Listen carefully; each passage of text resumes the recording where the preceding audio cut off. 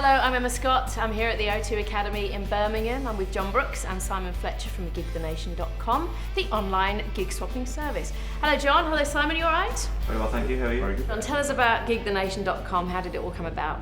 John and I started doing this in the real world. We started a club night in Birmingham, and we kept bands coming into the town and offering them support slots with a reciprocal arrangement for us to go back, for example, to Manchester. And we found that it worked really well in the physical world, but we suddenly ended up with 61 bands within a month who wanted to do this.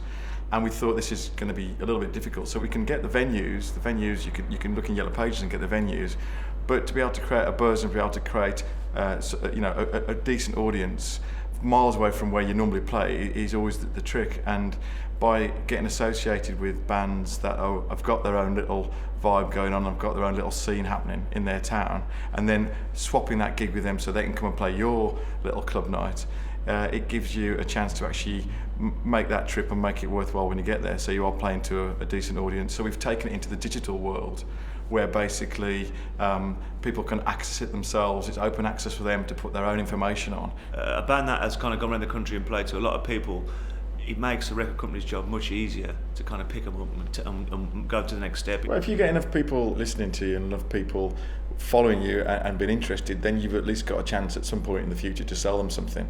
And at the end of the day, it still is about downloads. It still is about selling records and getting your music out to as many people in whatever circumstance you find yourself. So it's the next step up from the MySpace page. This covers the live aspect of the business. The most important thing is to get in front of a live audience as soon as possible, because that's kind of defines what you do. Once you get on there and you're in a band, it's going to work for you. The opportunities for gig swapping is fantastic.